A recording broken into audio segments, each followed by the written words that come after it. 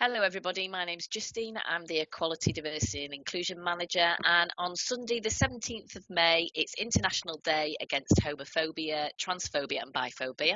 And I'm joined by Kim, who's going to talk a little bit about it with you today. Kim, could you introduce yourself to everybody watching, please? Yeah, hi, I'm Dr Kim Gilligan and I work in the Faculty of Education and Society at the University of Sunderland. Welcome. I thought the first question would be if you could explain what the purpose of the day is to everybody. My understanding of the purpose of the day is probably about 15 years ago, a group of countries got together and kind of devised, or a group devised, it's not exactly a celebration, it's more a day to challenge social justice issues around particular marginalised groups. I think it's grown since then, so it's a way of people coming together to talk about it, to have music events, arts events, things that just foreground some of the issues that are in existence in the day-to-day thing. And I think they can get lost in day-to-day life, really, and I think it's having a day that says this is a day to say this allows countries all over the world to do different culturally specific events to give people the opportunity to actually talk about the counter narratives that should be talked about, which enables then a challenge of repression and the social justice issues that go on. So each country can do their own thing. There isn't sort of an international sort of thread that goes through the day. Yeah. No, I think each country can kind of consider its own populations and own regions as well. Different regions in specific countries will do different things depending on, cultural beliefs of that country or what they feel they would like to do. So some countries have done cycling rides, some have done street parties, fiestas, arts events, street poetry, slams, all kinds of things really. So often very related to that culture and that belief system of that place. I'm interested to know why you think the day is still important, because a lot of people will say that people from that community now have equal rights, certainly legally. Why is it that we still need to have a day that looks at homophobia, etc.?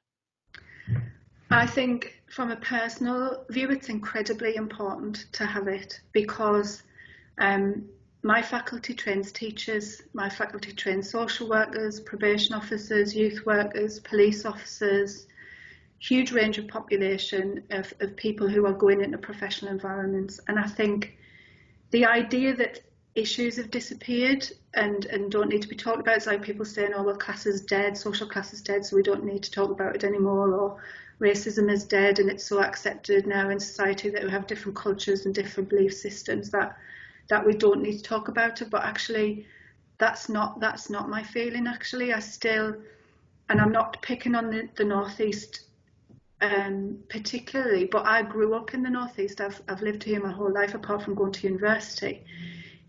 Even when I was at school, there was homophobic bullying went on. I couldn't have named it as that at the time, but I was very aware, I think, growing up in this area, that there was very traditional gender values going on, and around me I could see marginalisation of people based on difference of their gender difference and just different kinds of attitudes, I think. And I think this idea that I can remember an academic coming to Sunderland from Durham to talk about the lack of homophobic bullying in schools, and he was basically claiming that it doesn't exist anymore and that the language is used for specific reasons, but it doesn't really, it's not insulting to particular groups, it's just language that young people use.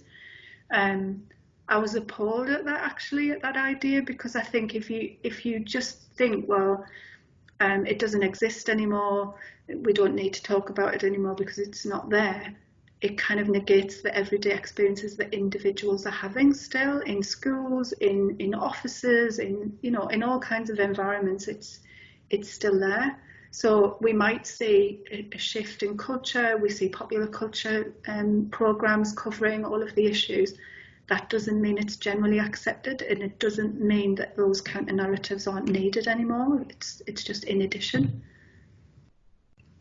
So what can staff and students do to engage with the day, which, as I said, is on Sunday, the 17th of May? What is it that they can do? Well, I think one of the things they can do is a very simple thing, really. We're all in lockdown. We're not getting to talk to that many people, actually, person to person. But I think days like this give the opportunities to talk about things. They can obviously display things in a window. They can have their own celebrations online. They could have drinks things online. That can. There's lots of. If you look online, there's lots of posters and things that you can get. Just talking about it, talking about the issues that exist, showing support for the community. I mean, I think if you belong to a heterosexual community and you think, well, this has got nothing to do with me because I don't belong to that, to that group, and therefore I can't represent their interests. I think events like this allow people like me to get involved, and as an academic at the university, I have a responsibility, morally.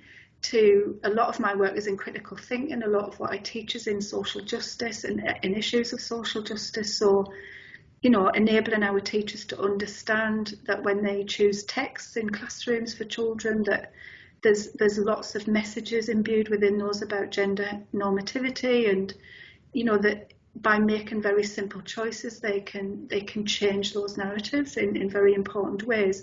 So I think, as an academic, as a person, it allows me to bring my professional self with my personal self together, and shows the students and other staff that it's important, whatever group you belong to stand beside another group and say, this is a really important issue and it should be an issue that we talk about and we think about. So engage with it as an ally and outwardly demonstrate your support to the community. Absolutely. I'm an advocate for it, and just show the students. It's very important to our students because we have a huge diverse range of students in all kinds of ways, and this is just one area of diversity that they should, they will invest in a university who are seen not just to put something in a policy document, but actually has staff and students who live that policy document every day. Those things are really important. And this is just an opportunity to do that, really. Brilliant. Thank you very much, Kim. No problem.